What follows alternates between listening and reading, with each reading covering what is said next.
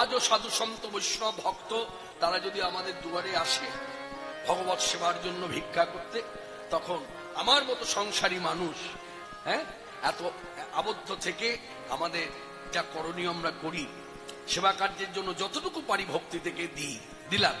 দেবার পরেই বললাম বসুন, কিছু কথা আছে। কি কথা? দেখুন, আমি তো সংসারে আবদ্ধ মানুষ, আমার এই পরিবার নিয়ে সংসার, আমি আবদ্ধ। তা আমার কি করণীয়? মানে আমি কি করলে কৃষ্ণ পাব, কৃষ্ণের কৃপা থেকে বঞ্চিত হব না, কি করণীয় আমার? তখন সাধু সন্ত বৈষ্ণব ভক্ত, সে নিষ্ঠাবান, মানে অন্নকুলে জন্মে নিষ্ঠা দিয়ে ভগবত সেবা করলে ব্রাহ্মণের ঊর্ধ্বে, সে বৈষ্ণব ধর্ম অবলম্বন করে বৈষ্ণবতা নিয়ে খুব অতিবিনয়ী হয়ে বলে, আমার আপনার কি করণীয় জানেন? শুধু বলছে না যে আপনার করণীয়, আমার আপনার কি করণীয় জানেন? কি করণীয়? পথ চলিতে আর বলিতে, পথ চলিতে আর বলিতে, পথ চলিতে আর বলিতে,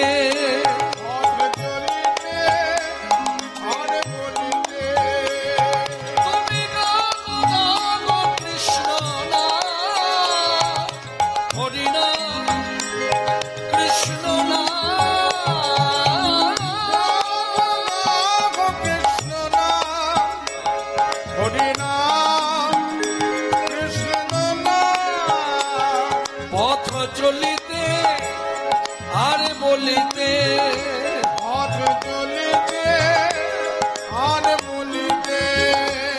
কেন প্রশ্ন? কেন? শোন মুখে আধার রাত্রি, তুমি যে পথ যাত্রী, পথ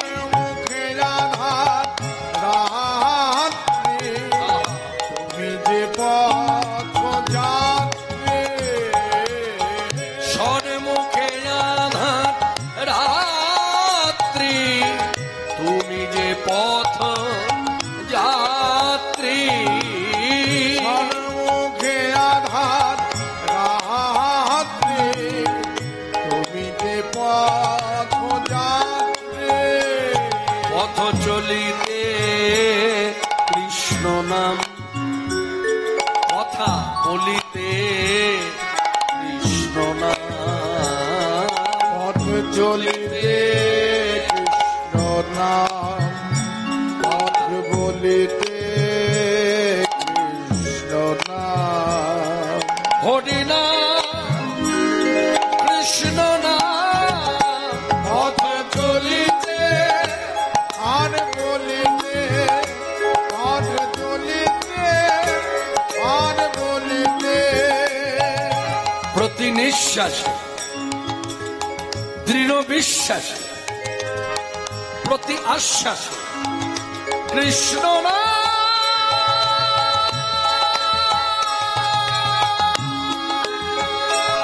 প্রতি নিঃশ্বাসে দৃঢ় বিশ্বাসে, প্রতি আশ্বাসে কৃষ্ণ নাম,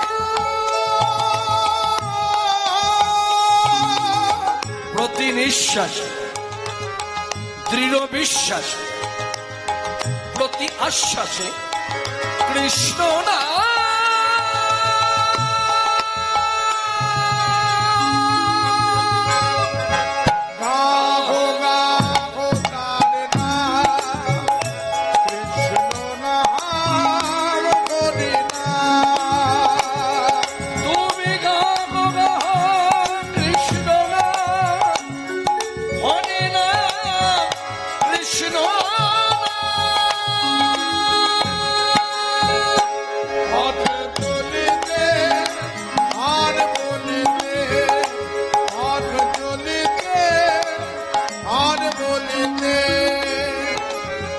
ভবে আসিয়া ভাবে ভাসিয়া গাও কৃষ্ণ নাম, অথবা রাধা ভাবে আসিয়া ভাবে ভাসিয়া গাও কৃষ্ণ নাম, রাধা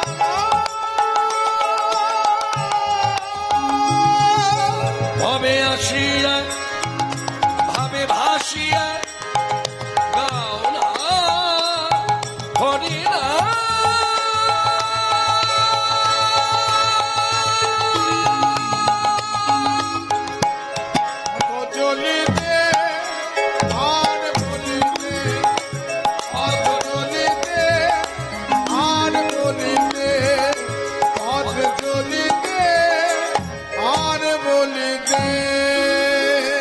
এই নামের মুখ্য ফল নামাচার্য শ্রী ঠাকুর হরিদাস তিনি এসে কিন্তু আমাদেরকে শিক্ষা দিয়েছেন নিজের জীবন দিয়ে।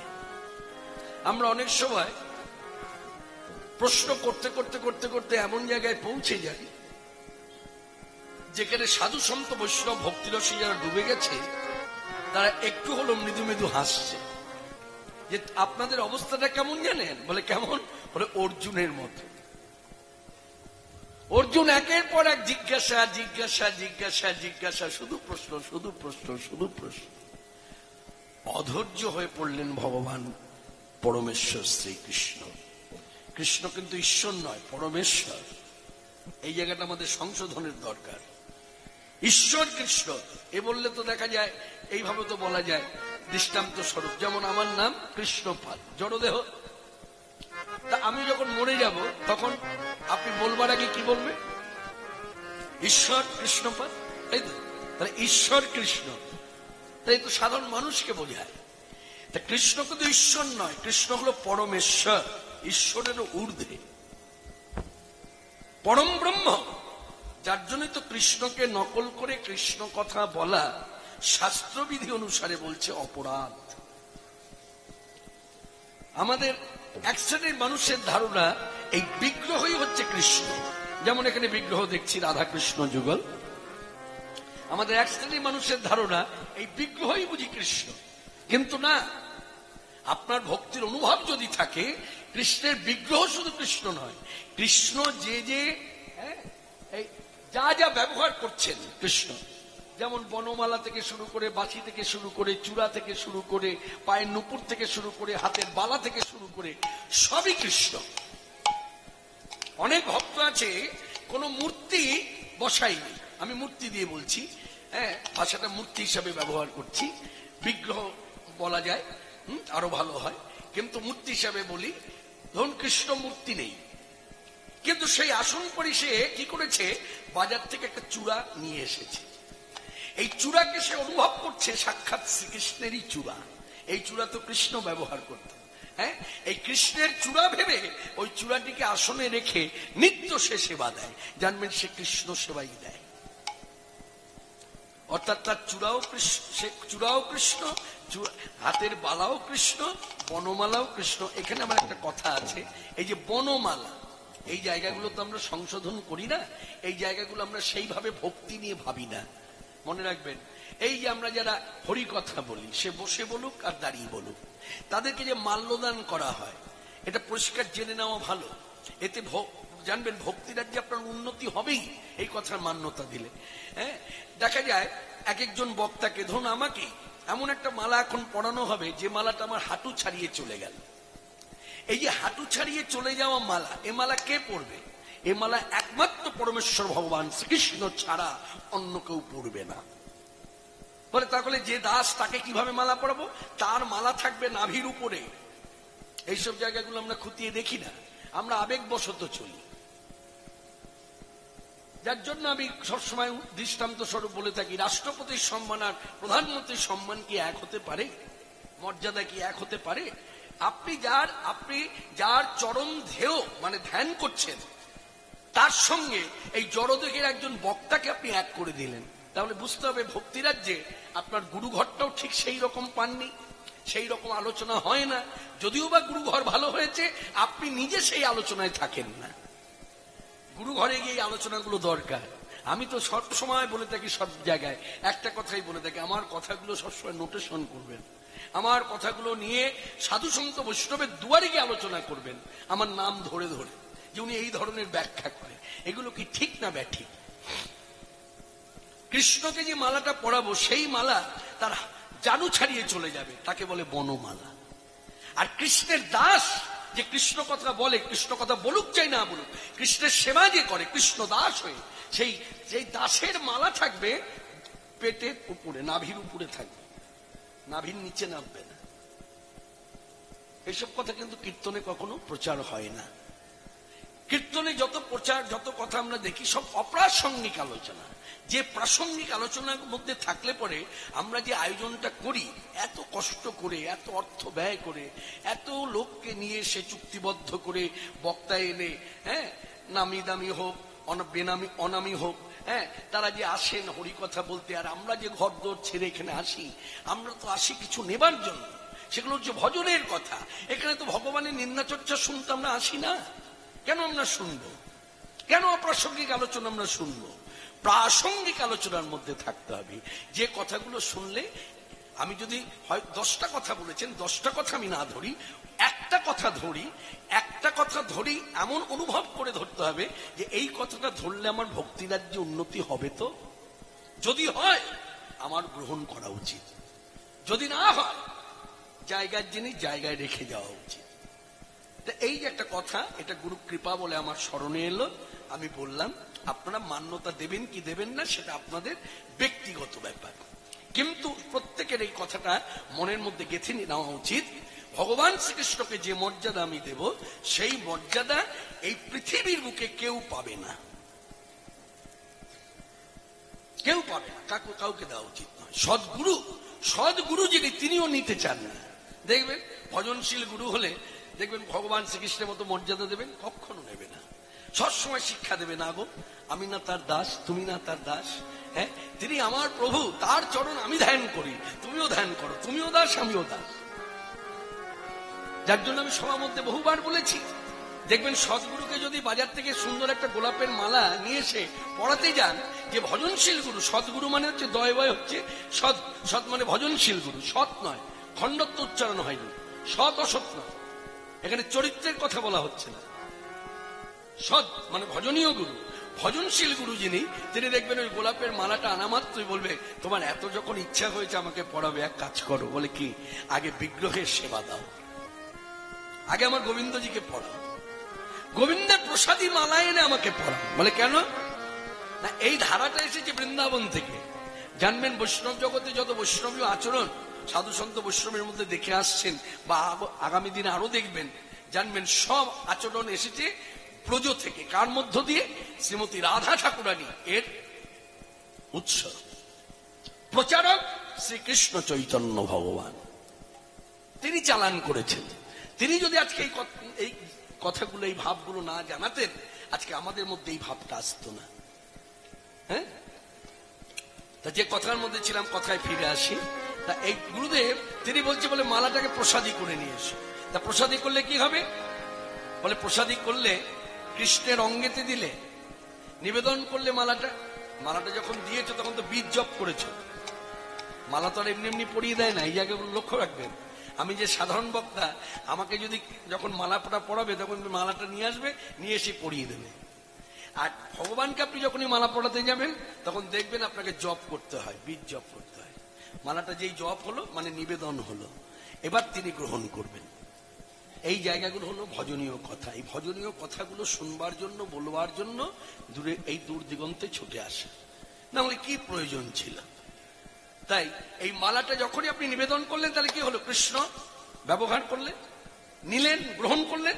গ্রহণ যখন করেছে, কৃষ্ণের দেহের সঙ্গে এই মালাটা মাখামাখি হয়ে গেল, তাহলে কৃষ্ণাঙ্গ গন্ধটা এই মালার মধ্যে আছে। এই প্রসাদী মালাটা গুরুদেবের গলায় যেই পরাবেন, গুরুদেব প্রসন্ন হবে। বলে কেন? বলে তুমি আজকে আমাকে সাহায্য করলে কৃষ্ণ অঙ্গ গন্ধ পাবা। কেন? এই মালার মধ্যে সাধারণ মানুষ বলবে ফুলের গন্ধ আছে, কিন্তু ফুলের সৌরভ নয়, আমি যা পাচ্ছি সবই কৃষ্ণ অঙ্গ গন্ধ।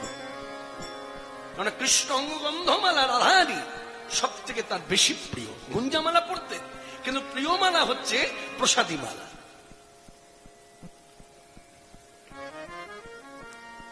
তা এই ভগবান চৈতন্যদেব পরবর্তীকালে এই শিক্ষাগুলো দিয়েছেন বলে আমি তো মূর্খ, হয়তো আমার লেখাপড়া আছে, ওই লেখাপড়া দিয়ে তো এই জগতে হবে না। ভক্তিরাজ্যে আমি মূর্খ, মানে আমার অনুভূতির অভাব, আমার লেখাপড়া আছে, আমার ডিগ্রি আছে, কিন্তু আমার অনুভূতি উপলব্ধি কম। উপলব্ধির অভাবের জন্য কি হয়েছে, আমি ভাবলাম চৈতন্যদেব যখন কৃষ্ণ নাম করছে, চৈতন্যদেব যখন নিজে কৃষ্ণকে ভক্তি করছে, চৈতন্যদেব যখন কৃষ্ণ ধ্যান করছে, চৈতন্যদেব যখন কৃষ্ণ বলে ধুলায় গড়াগড়ি দিচ্ছে, তাহলে চৈতন্যদেব তো কৃষ্ণ নয়। শিক্ষা দিতে এসেছে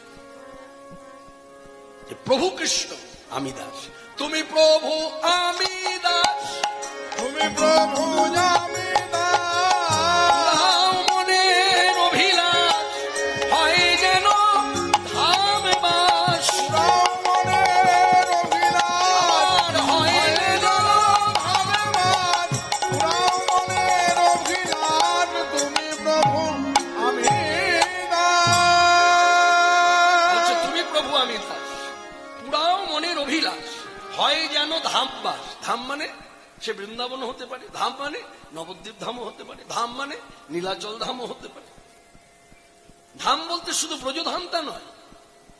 জানবেন এমনও বৈষ্ণব আছে ধাম নবদ্বীপে বসতি করে আছে, এমনও বৈষ্ণব আছে পুরীতে গিয়ে কুটির গড়ে বসে আছে।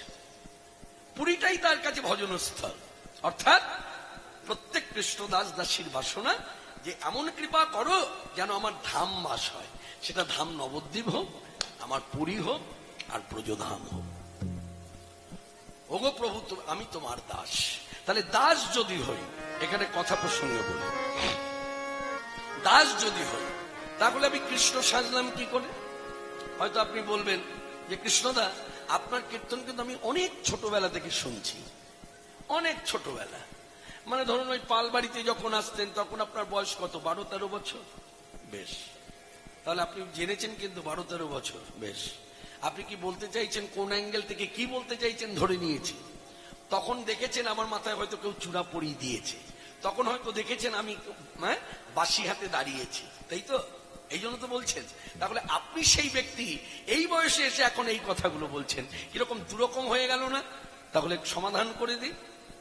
কুমারী পূজা যখন হয় একটা বয়স নির্ধারণ করা থাকে, বলছে হ্যাঁ, ঠিক তদ্রুপ কৃষ্ণ সাজারও একটা বয়স আছে। যে বয়সটা অতিক্রম হয়ে যাবার পর আর কৃষ্ণ সাজা যায় না, সাজলে দোষ। এবং সেই সাজা কৃষ্ণকে যারা কৃষ্ণ জ্ঞান করে ভক্তি করবে, উলধ্বনি করবে, হরিধ্বনি করবে, পায়ের ধুলা মাথায় নেবে, জানবেন তাদের অপরাধ।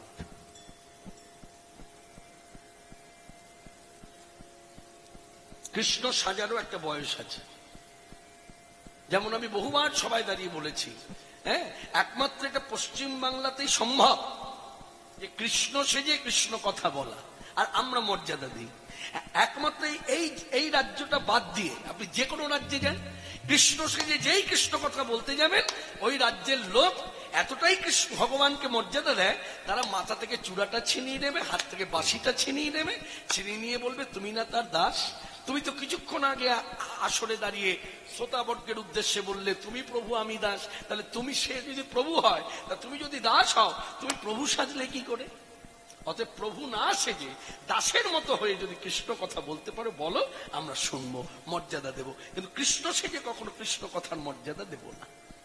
এটা আমাদের বাংলায় প্রচার নেই। বাংলায় বললে বিপরীত ধারা হয়। হ্যাঁ, উনি বেশি বেশি বলে, উনি বেশি বেশি বলে, দেখতে কত ভালো লাগে। এটাই তো অধঃপতন ভক্তির। ভক্তির অধঃপতন, ভক্তির অধঃপতন কখনো চোখে দেখা যায় না। মানুষ পার্থিব জগতের অধঃপতনটা চোখে দেখা যায়, চোখে দেখা যায়, বিচার করা যায়, কিন্তু ভক্তির অধঃপতন বিচার করা যায় না। ভক্তির অধঃপতনটা বোঝা যায় তখন যদি উপলব্ধি থাকে। আপনি ধরুন সাধনায় বসলেন, মন্ত্র দিয়েছে গুরুদেব, আমি বহুবার সভায় দাঁড়িয়ে এই কথাগুলো বলেছি, এই কথাগুলো একদম খাঁটি কথা, কোনো ভেজাল নেই। আপনি মন্ত্র দিয়েছে, মন্ত্রের স্বরূপও বলে দিয়েছে যে মন্ত্রটা যখন জপ করবে স্বরূপটাকে এই ভাবনা চিন্তা নিয়ে জপ করবে, তাহলে ওটা হচ্ছে স্বরূপ মন্ত্রের।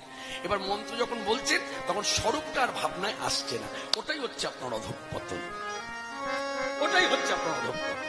এখানে আপনি উপলব্ধি করুন যে মন্ত্র বলছেন, মন্ত্রের স্বরূপ আপনার ভাবনায় আসছে না, এটাই হচ্ছে ভক্তি রাজ্যের অধঃপতন। এটা কখনো ব্যাখ্যা করে বোঝানো যায় না, এটা কখনো চোখে দেখা যায় না, উপলব্ধি। কারণ আমি বহুবার সবাই দাঁড়িয়ে বলেছি, ভগবত তত্ত্বটা দাঁড়িয়েছে অনুভূতির উপরে। যার অনুভব যেমন তার কথন তেমন, তার দর্শনও তেমন ভগবানকে নিয়ে। এটা বাস্তবে আপনি নিয়ে আসুন পার্থিব জগতে। যেমন এখন আমার মেয়ের বয়স 24 বছর। ধরুন এই যে ছেলেটিকে দেখছেন বাদিকে খোল সঙ্গত করছে, ও ধরুন একটা মেয়ে, দৃষ্টান্ত স্বরূপ বলি। এই মেয়েটিকে দেখে আমি যদি নিজের মেয়ে ভাবনা ভাবি, অনুভব যদি করি ও আমার নিজের মেয়ে, তাহলে আমি আমার মেয়ের সঙ্গে যেভাবে ব্যবহার করি ওর সঙ্গে সেই ব্যবহারটাই করব। কিন্তু ওকে দেখে যদি আমি ভাবি এই দেখতে তো সুন্দর, এইরকম যদি আমার একটা বউ হতো, আমার সংসারটা সুখের হতো, আমিও সুখ পেতাম। হ্যাঁ, তাহলে বউয়ের সঙ্গে যেভাবে আচরণটা করি ওর সঙ্গে আমি আচরণটা সেই রকমই করব। যার জন্য কথাটা বলা হয়েছে, যার অনুভব যেমন তার দেখা তেমন, তার কথনও তেমন। যার জন্য ভগবত ভক্তিতে যারা কথাবার্তা বলে, এই কথাগুলো বলে, অনেকে বলে দেখুন উনি না ওই কথা বলেছে, এই কথা তো সমাধান। অনুভব যেমন কথন তেমন, তার অনুভব থেকে তিনি বলেছেন। আপনার অনুভব যেমন আপনি দেখছেন। যার জন্য তিনটি কথা, যে অনুভবের কথা। ভগবান আছেন, কেউ যদি বলে দেখান তো, একে দেখার বস্তু না দেখানোর বস্তু? ভগবান আছেন, আবার চিৎকার করে বলছে না না আছেন কি গো, আরেকটা কথা বলতে হবে, ভগবান আসেন। এটা আরো সত্য কথা। সাধু সন্ত বৈষ্ণব বলছেন না না আরেকটা কথা বাকি আছে, বলে কি? ভগবান আছেন, ভগবান আসেন, ভগবান ডাকেন। যেমন নিতাই গৌর দুই ভাই এলেন, সকলে দেখলেন ভগবান এসেছেন, এলেন, দুয়ারে এলেন, ডাকলেন, ডেকে ডেকে যেতে সেরে অনর্পিত চরিং চিরাত করুণায় অবতীর্ণ কলম সমর্পয়ুত উন্নত জল রসাং স্বভক্তি শ্রিয়ম হরিপুরট সুন্দর যদি কদম্ব সন্দীপিত সদা হৃদয় স্কন্দর স্ফুরত বাহ শচীনন্দন। দাঁড়ে দাঁড়ে ঘুরে ঘুরে নাম দানে প্রেম দানে জগৎ মাতানো, এতিনে ভুবন আনন্দে ভরিল উঠিল মঙ্গল সুর। এতিনে ভুবন আনন্দে ভরিল উঠিল মঙ্গল সুর। প্রেমানন্দে এমন গৌরাঙ্গে রতিরা জনমিল, প্রেমানন্দে এমন গৌরাঙ্গে রতিরা জনমিল। প্রেমানন্দে এমন গৌরাঙ্গে বলছে এই ভগবানের প্রতি আমার রতি মানে ভালোবাসা জন্মালো না। এই ভগবানের গুণের কথা আমি বলছি না, এই ভগবানের রূপের কথা আমি বলছি না, মাধুর্যের কথা আলোচনা করছি না, এই ভগবানের গুণকীর্তন আমি শুনছি না, এই ভগবানের ভজনও করছি না। আজকে বাংলার মাটিতে বাঙালি ভক্ত হয়ে চিন্তা করুন না, এমন একজন ব্যক্তি দেখান ঘরে ঘরে সব গৌর ভজন করে নাই, নিতাই চাঁদের ভজন নাই, ঘরে ঘরে রাধা কৃষ্ণ যুগল ভজন। তা দিলকে দিয়েছেন কিন্তু নিতাই গৌর দুই ভাই, পেলেন কোথায়? আমি তো বহুবার সবাই দাঁড়িয়ে বলেছি, কথাগুলো যে খাঁটি এই তো তার প্রমাণ। আজ পর্যন্ত একটা মানুষ বলেছে যে আপনার কথা ভুল? দক্ষিণ দেশের ঠাকুর রাধাকৃষ্ণ যুগল, কত উচ্চ স্তরে ভক্তি থাকলে তবে যুগল সেবা করা যায়। সেই যুগল সেবা নিতাই গৌর দুই ভাই পরামর্শ করে আমাদের ঘরে ঘরে দিলেন। কিন্তু আমরা কি করলাম? আমরা এতই অভাগা, আমরা নিতাই গৌর ভজন করি না।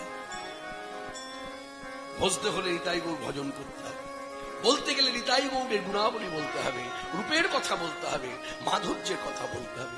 না বলে এই বাঙালি ভক্তদের ভক্তির দুর্দশা দেখেই তো পদকর্তা পদ লিখেছে। এই পদ তো কোনো অবাঙালির জন্য লেখেনি, এ তো গুজরাটিদের শিক্ষা দেওয়ার জন্য লেখেনি, এ হায়দ্রাবাদের লোকের জন্য লেখেনি, হরিয়ানার লোকের জন্য লেখেনি, মুম্বাইবাসীর জন্য লেখেনি, লিখেছে শুধু বাঙালি ভক্তদের জন্য। কেন না বাঙালি ভক্তদের দেখেছে এরা গৌর ভজন না করে, গৌর কথা না বলে এরা কি করে, এরা রাধা কৃষ্ণ যুগল ভজন করছে। যার জন্য পদকর্তা লোচন দাস ঠাকুর বলেছেন, অবতারে শান গৌর অবতার কেন না চিনিলে তাদের, অবতার আমার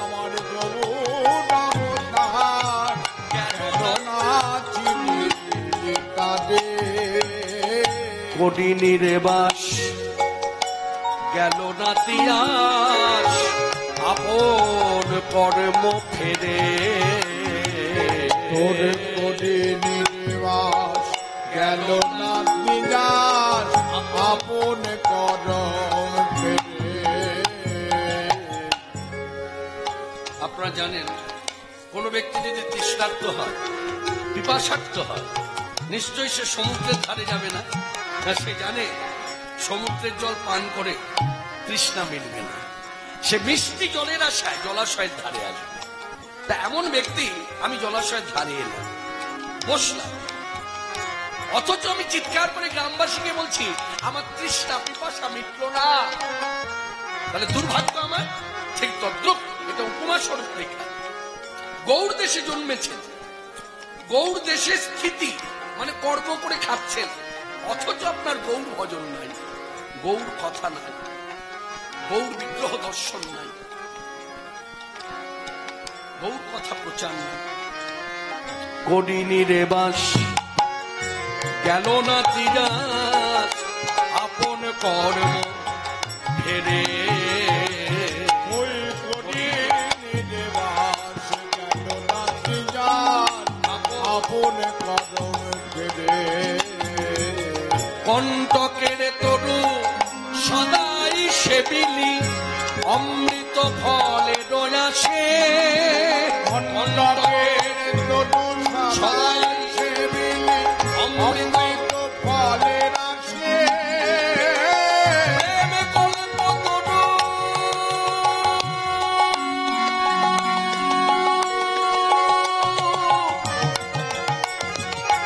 গৌরাঙ্গ আমার তাহারে ভজিলি বিষে। ওরে প্রেম কল্প তরু গৌরাঙ্গ আমার তাহারে ভজিলি বিষে। এখানে একটু কথা আছে, কথাটা উপলব্ধি করবো, অনুভব করবো, না হলে মিলবে না। ঠাকুর রামকৃষ্ণদেব কল্পতরু হয়েছিলেন, সকলেরই জানে। আমরা কল্পতরু কথার অর্থটাও সকলে জানি। কল্পতরুর কাছে গিয়ে যে যা চায় সে তা পায়, তাই না? যে যা চায়, যার যেমন কামনা বাসনা করলেই পাবে। কিন্তু আমার গৌর সুন্দর কল্পতরু আখ্যাটা কি দিয়েছে বৈষ্ণব পদকর্তা? আখ্যা দিয়েছে প্রেম কল্পতরু। অর্থাৎ এখানে অনুভব করতে হবে, গৌর সুন্দরের কাছে এসে যদি কেউ বলে আমার সংসারে সুখ নাই, শান্তি নাই, তুমি কৃপা করো, সুখ শান্তি ফিরিয়ে দাও, পাবে না। কল্পতরু চাইলেই পাবে, কিন্তু চাইলেও পাবে না। কেন পাবে না? আখ্যাটা দিয়েছে প্রেম কল্পতরু। গৌর সুন্দরের কাছে এসে চাইতে হবে আমার কৃষ্ণ প্রেম ভক্তি নাই, এই তখন কৃপা করে দান করবে, যার জন্য দিয়েছে প্রেম কল্পতরু গৌরাঙ্গ আমার তাহারে ভজিলি বিষে। তোমার যদি কৃষ্ণ প্রেমের অভাব হয়, তুমি কৃষ্ণ প্রেম চাইতে পারো, কিন্তু তোমার সংসারে অন্য কিছুর অভাবে নিয়ে যদি গৌর সুন্দরীর কাছে এসে ভক্তি করে বলো আমায় ফিরিয়ে দাও, আমায় কৃপা করো, হবে না। জায়গার জিনিস জায়গায় বলতে হবে। ঠিক তেমনি একই ভাবে আমি এই কথা বলে থাকি, আজও সেই কথাই বলবো। রাধাকৃষ্ণ যুগল এখানে প্রণাম করে যদি কেউ বলে আমার সংসারে শান্তি নাই, হবে? আপনি জায়গার জিনিস তো জায়গায় বলছেন না, কারণ এরা তো স্বামী স্ত্রী নয়।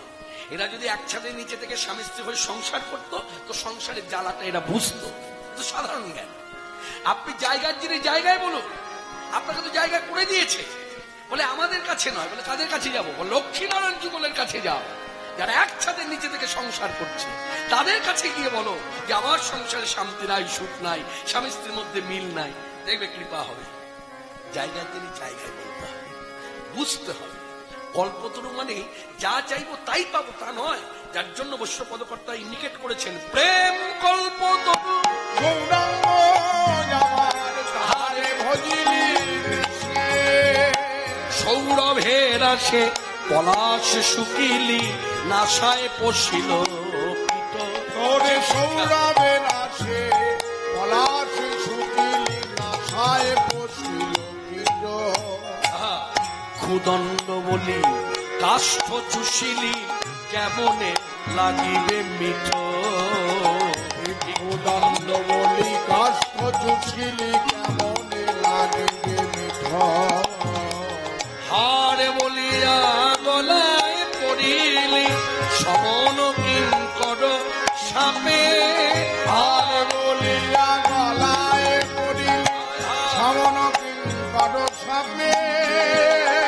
শীতল বলিয়া অনল পাইলি বড় জোতাপে। শীতল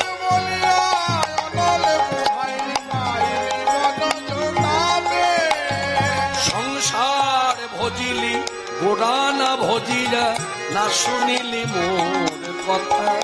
তুই সংসার ভজিলি গোড়া না ভজিলা না শুনিলি মোর কথা। ইহ পরকাল ঠাকুর নরহরি তার দীক্ষা গুরু লোচন দাস ঠাকুর, তার শিষ্য হল নরহরি ঠাকুর। গুরুদেব শিক্ষা দিয়েছে জগৎজীবকে পদ রচনা করে, শিষ্য সেবক সেও শিক্ষা দিয়েছে চৈতন্য তত্ত্ব জানাবার জন্য, যে চৈতন্য তত্ত্ব জানুন, চৈতন্যকে ভালো করে চিনুন, তবে আপনার রাধা কৃষ্ণ যুগল সেবায় মাধুর্য সাধন হবে, তাহলে হবে না, হতে পারে না। ইহ পরকাল দুকুল ঘুমালি খাইলি লোচন মাথা,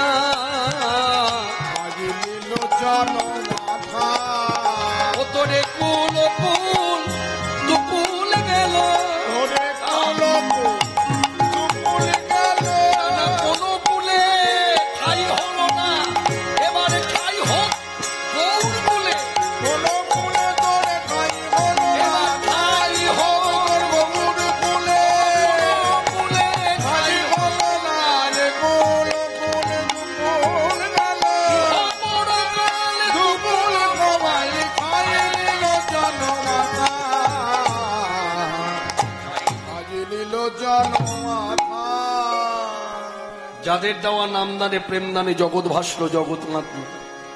আমাদের করণীয় কি? আমাদের বাঙালি ভক্তদের করণীয় হলো যে কথাটা আমি কিছুদিন আগে শেরপুর বাজারে বলেছি, শুধু শেরপুর বাজার নয়, বাংলায় যেখানে যেখানে আমার কথা দেওয়া আছে যাব বলে, এবং কথা দিয়ে কীর্তন করে চলেও এসেছি, সেখানেও বলেছি একটা কথাই সকলের উদ্দেশ্যে বলবো, আমরা বাঙালি ভক্ত, আমাদের পরিচয়টা তুলে ধরতে হবে ভিন্ন রাজ্যের মানুষের সামনে। যেমন ভিন্ন রাজ্যের মানুষ আজকে হঠাৎ করে যদি এই শিলাকল নস্করপাড়া এই গ্রামে যদি আসে, ধরুন ব্রজ থেকে, আপনাকে কিন্তু আলাদা করে তাকে জিজ্ঞাসা করতে হবে আপনি কি ব্রজবাসী। অযোধ্যা থেকে যদি কেউ আসে, আপনাকে আলাদা করে জিজ্ঞাসা করতে হবে আপনি কি অযোধ্যাবাসী। জিজ্ঞাসা করবার আগেই আপনাকে পরিচয় দিয়ে দেবে আমি অযোধ্যা থেকে এসেছি, আমি ব্রজ থেকে এসেছি। কি করে দেবে? যদি কেনাকাটা করতে যায় শেরপুর বাজারে, শিলাকল বাজারে, দেবেন প্রথমেই বলছে রাধে রাধে, এই তখন শুনেই বুঝে গেলেন ব্রজবাসী, এ ব্রজ থেকে এসেছে। দেখেছ যাই করছে, এক গ্লাস জলও যদি কারোর দুয়ারে গিয়ে চাইছে আগে বলছে রাধে রাধে। অযোধ্যা থেকে যে এসেছে রামচন্দ্রের জয়ধ্বনি দিচ্ছে, জয় শ্রীরাম। একমাত্র আমাদেরই কোনো পরিচয় নেই, আমাদের যার জন্য ভিন্ন রাজ্যের মানুষ ডেকে জিজ্ঞাসা করে এদিকে আসুন আপনার ধ্যেয় কি। বুঝতে পারছেন কি জিজ্ঞাসা করছে? বলছে ধ্যেয় কি, কি ধ্যান করেন, কি সেবা করেন, অর্থাৎ পরিচয় নেই। আমাদের সকলের পরিচয় হওয়া উচিত এক কথায়, যে কালী সেবা করি, শৈব সেবা করি আর কৃষ্ণ সেবা করি। তিনজনের তিন মত যদি হয়, তিন পদ যদি হয়, একই কথা হবে, হরি বল। কেন? বিচার করে দেখুন, হরি বললে সব বলা হয়। যার জন্য সারা জীবন ধরে ধরুন কালী পূজা করে গেলাম, সারা জীবন ধরে শিবের মাথায় শিবলিঙ্গে জল ঢেলে গেলাম, আর সারা জীবন ধরে কৃষ্ণ সেবা করে গেলাম। এই তিনজনেরই যখন মৃত্যু হলো, গায়ের লোক যখন সৎকার করতে নিয়ে যাচ্ছে, কখনো শুনেছেন কালী বল কালী বল বলতে বলতে নিয়ে যাচ্ছে? কালী বল কালী বল কালী বল কালী বল বলে, কৃষ্ণ বল কৃষ্ণ বল কৃষ্ণ বল কৃষ্ণ বল বলে, শিব বল শিব বল শিব বল শিব, মানে মানুষকে বোঝায় যে সারা জীবন শিবের সাধনা করেছে, এখন চলে যাচ্ছে, শিব বল শিব বলে। কি বলে? বলো হরি হরি বল। আচ্ছা, এই হরি বলা ধ্বনিটা কে দিল? আপনারা সকলেই জানেন, সিদ্ধান্ত স্বরূপ বাসুদেব ঘোষের পদাবলিতে পদকর্তা বাসুদেব ঘোষ চৈতন্য সমসাময়িক পদকর্তা, তিনি আমাদেরকে জানিয়েছেন শ্রীরাধিকার ভাবে এবে গৌর অবতার হরে কৃষ্ণ নাম গোড়া করিলেন প্রচার। অর্থাৎ হরে কৃষ্ণ মহামন্ত্র নাম প্রচারও করছে চৈতন্যদেব। আর হরিবলা ধ্বনি, হরিবলা ধ্বনি প্রচারও করলেন আমার স্বয়ং দয়াল নিতাই চাঁদ। তিনি দেখলেন তিনি আরো দয়াল, আরো উদারতা, ব্রাহ্মণ সন্তান তো